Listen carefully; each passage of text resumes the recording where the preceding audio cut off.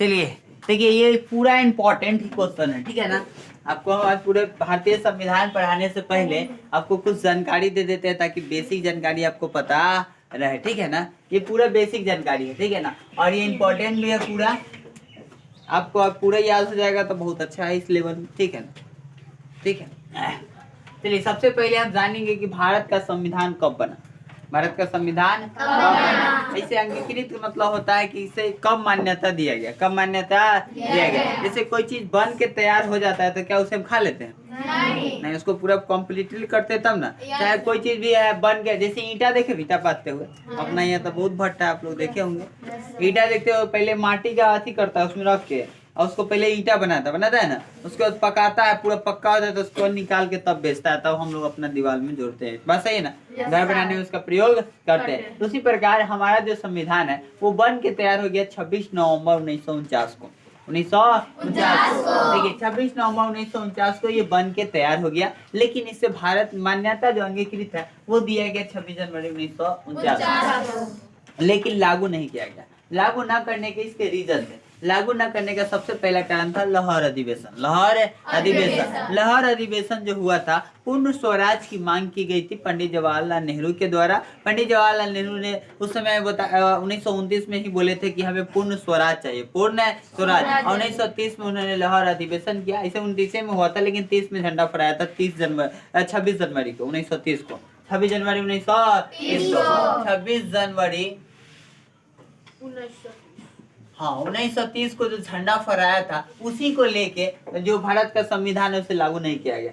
क्या आपको पता है कि 15 अगस्त को हमारा देश क्या हुआ? आजाद हुआ। क्या हुआ? आजाद हुआ। इसलिए हम स्वतंत्रता दिवस पहले से ही मना रहे हैं, ठीक है ना। अगर फिर देखिए 15 अगस्त को मनाते, 26 जनवरी को मनाते, फिर 26 नवंबर को मनाते, तो ये देश में क्या पर्व हो जाता है? 3। और 3 हर देखिए, आप कहीं भी बार बार जाते तो आपका उतना रिस्पेक्ट नहीं होता जहाँ एक बार जाते, बस है ना। इसलिए भारतीय लोगों ने सोचा कि कितना दिन रहते हैं, नवंबर, दिसंबर, जनवरी, 2 महीना रुक जाते हैं और जनवरी में ही कर देंगे। कब कर देंगे? जनवरी में ही कर देंगे, कोनो दिक्कत नहीं होगा। तो इसीलिए 26 जनवरी 1950 को इसे क्या कर दिया गया? लागू किया गया। क्या किया गया? लागू किया गया। कोई दिक्कत नहीं है। अब देखिए इसके प्रमुख शक्ति जो इसे दिया गया संसद को। किसको दिया गया? संसद। जैसे आप नहीं कहते कि मेन कौन है, मेन कौन। जैसे आपके घर में गार्जियन के रूप में आपके मम्मी भी होंगे और पापा भी होंगे, लेकिन मेन कौन है? पापा है ना। उसी प्रकार से हमारे देश में जो है राष्ट्रपति भी है और प्रधानमंत्री भी है, लेकिन सबसे ज्यादा कार्य जो करते हैं वो प्रधानमंत्री करते हैं। कौन करते हैं? प्रधानमंत्री। इसलिए प्रमुख शक्ति किसको दिया गया? संसद को। इसी के पास वो शक्ति है जो संविधान को संशोधन कर सकते हैं। संविधान में संशोधन करने के लिए 2/3 कितना? 2/3 का मतलब 66.66%। इतना प्रतिशत अगर बहुमत आपको मिला है तो आप संशोधन कर सकते हैं। संशोधन मतलब समझते हैं? संशोधन का मतलब होता है कि जैसे इन लोगों ने संविधान को बनाए, इसमें हो सकता है कि कुछ ऐसे चीजें होंगे जो अभी काम ना आएगा, हो सकता है कि अभी उसको नुकसानदायक हो ना, हो सकता है कुछ ऐसे चीजें हो जो अभी संविधान में नहीं, उसको जोड़ना जरूरी है, इसलिए उसको कहते हैं संशोधन करके आप जोड़ भी सकते हैं, किसी चीज को निकाल भी सकते हैं। मतलब बाबा साहब का कहना था कि अगर हम संविधान का संशोधन करें तो जो भी चीज है जो आपके लिए मतलब सही नहीं है, हो सकता है आगे आने वाला पीढ़ी के लिए वो सही ना हो, तो उसे हटा भी सकते हैं और नया चीज को जोड़ भी सकते हैं। जैसे संपत्ति का अधिकार सही नहीं था, तो उसे मूल अधिकार से हटा के कानूनी अधिकार में रख दिया गया। किस अधिकार में? कानूनी अधिकार में। क्योंकि संपत्ति का अधिकार मूल अधिकार के लिए सही नहीं था, इसलिए उसको संशोधन करके और कानूनी अधिकार में रख दिया गया। तो संशोधन करने की शक्ति किसके पास है? प्रधानमंत्री के पास। भारत के प्रथम प्रधानमंत्री जो थे पंडित जवाहरलाल नेहरू। आपको पता होगा कि भारत के प्रथम प्रधानमंत्री थे पंडित जवाहरलाल नेहरू, ठीक है ना। और प्रथम राष्ट्रपति थे डॉक्टर राजेंद्र प्रसाद का जन्म स्थान आपको याद होगा, बिहार के जीरादेई गांव में, सिवान जिले के जीरादेई गांव में, बिहार राज्य के सिवान जिले के जीरादेई गांव में जन्म हुआ था डॉक्टर राजेंद्र प्रसाद का, ठीक है ना। और यही थे भारत के प्रथम राष्ट्रपति, ठीक है ना। बिहार के प्रथम मुख्यमंत्री थे श्री कृष्ण सिंह। कौन कौन थे? श्री कृष्ण जी। बिहार के हो तो इसलिए बिहार के बारे में बता दिए, कोनो दिक्कत है नहीं। आप समझिए कि अब देखिए, अब भारत लोकतंत्र हो गया। जब भारत में संविधान लागू हुआ तो भारत कैसा देश हो गया? लोकतंत्र। लोकतंत्र, उससे पहले लोकतंत्र नहीं था, ठीक है ना। तो लोकतंत्र हो गया। लोकतंत्र जब बनता है तो उसमें हो जाते प्रधानमंत्री, राष्ट्रपति, जो भी हो, मंत्रिमंडल आ जाता है, राजनीतिक दल आ जाता है, राजनीतिक दल, क्योंकि राजनीतिक दल के बिना लोकतंत्र संभव नहीं है, ठीक है ना। तो आम सभा, उसमें चुनाव होगा, बिना चुनाव के राजनीतिक दल रह नहीं सकता है, कि समझाइए ना।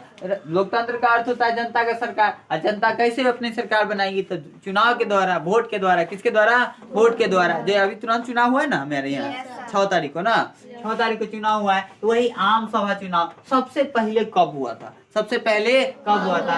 1952। अब 5-5 साल पर चुनाव होता अपने यहाँ।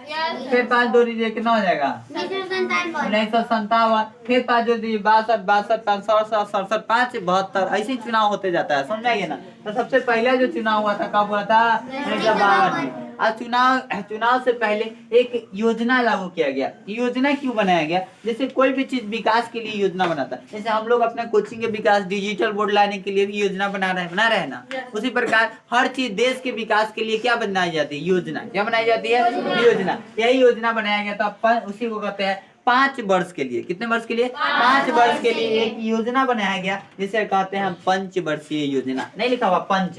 पंच माने कितना? 5। वर्षीय मतलब 5 वर्ष के लिए जो योजना बनाया गया उसे कहते हैं पंचवर्षीय योजना। 5-5 साल के लिए बनाया। तो प्रथम बना था 1951 में, फिर दूसरा बना होगा 1956 में। कब बना होगा? 1956 में। फिर तीसरा बना होगा 1961 में। समझाइए ना, ऐसे करके वो आगे बढ़ता गया।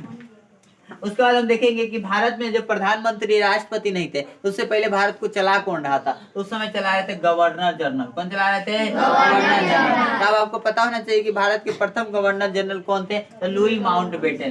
लुई माउंटबेटन, ठीक है ना। लुई माउंटबेटन को बनाया गया था भारत का प्रथम गवर्नर जनरल, ठीक है ना। चलिए, समझ में आ रहा है बुआ? तो देखिए, तो भारत के प्रधानमंत्री जब नहीं थे, राष्ट्रपति नहीं थे, जब संविधान नहीं था, तो उससे पहले देश को चला रहे थे लुई माउंटबेटन। इसको ब्रिटेन से भेजा गया था। कहाँ से भेजा गया था? और उसके बाद अब बताइए, हमेशा विदेशी थोड़ी रहेगा, अपने आदमी भी तो रहेंगे। तो भारत के प्रथम भारतीय गवर्नर जनरल जो बने थे, सिराज गोपालाचारी। ये भारत के थे और प्रथम बने थे, प्रथम भारतीय गवर्नर जनरल। लेकिन ये भारत के अंतिम भी थे। देखिए यहाँ पे लिखा हुआ है भारत के अंतिम गवर्नर जनरल। इसके बाद कोई गवर्नर जनरल नहीं बना। मान लीजिए कि गवर्नर जनरल बन रहा है, तो प्रथम बन गया लुई माउंटबेटन।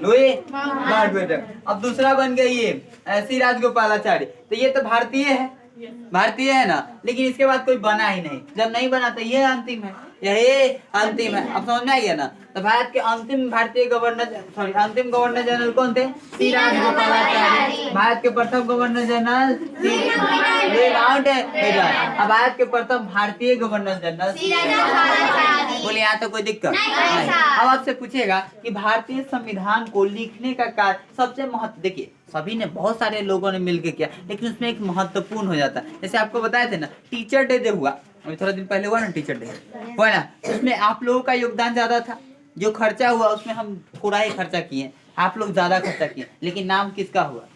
हमरे हुआ ना। लेकिन क्योंकि आप किए होंगे ज्यादा, हमारा मतलब अकेले का, आप लोगों का अकेले का ज्यादा हमारा पड़ गया, इसलिए जो मेहनत ज्यादा करता है उसी का होता है। इसलिए भारतीय संविधान के पिता कहे जाते हैं बाबा साहब भीमराव अम्बेडकर, है ना। बाबा साहब भीमराव अम्बेडकर। तो भारतीय संविधान के पिता कौन है? बाबा साहब भीमराव अम्बेडकर। बाबा साहब भीमराव अम्बेडकर। और संविधान सभा के अध्यक्ष, मतलब एक अध्यक्ष भी होता है ना।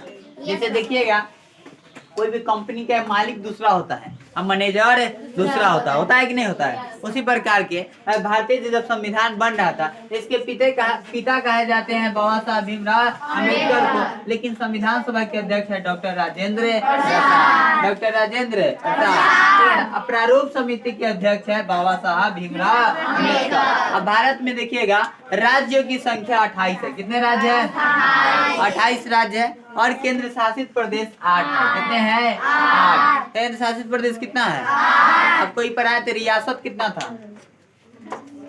500। कितने रियासत थे? तुम लोग भूल गए, 565 नहीं बताए थे? रियासत नहीं पढ़ाए थे? देखो ये पढ़ के कह रहा है नहीं मैंने ये झूठ बोलता है। पढ़ाए थे ना? अब बताए थे कि नाम 5 गो था, अ ब स द, ऐसे नहीं बताए थे 4 गो नाम? मैंने कि मुझे ही जबरदस्ती करता है ना। पढ़ाए थे कि नहीं पढ़ाए थे? जिसको याद नहीं रहता तो कतई नहीं पढ़ाए। चलिए ठीक है, इतना याद रखिएगा, कैसे भी करके आपको ये याद रहना चाहिए, हम कल पूछेंगे, ठीक है?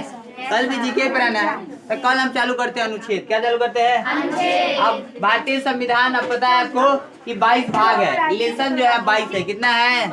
22। उसमें 395 अनुच्छेद है। कितने हैं? 395 अनुच्छेद है, ठीक है ना? 12 अनुसूची है, 12 अनुसूची है। 22 भाषाओं को रखा गया है। कितने भाषाओं को? 22 भाषाओं को रखा गया है। आपको भाषा पूरा याद होगा? तो वो भी नहीं पढ़ाए थे।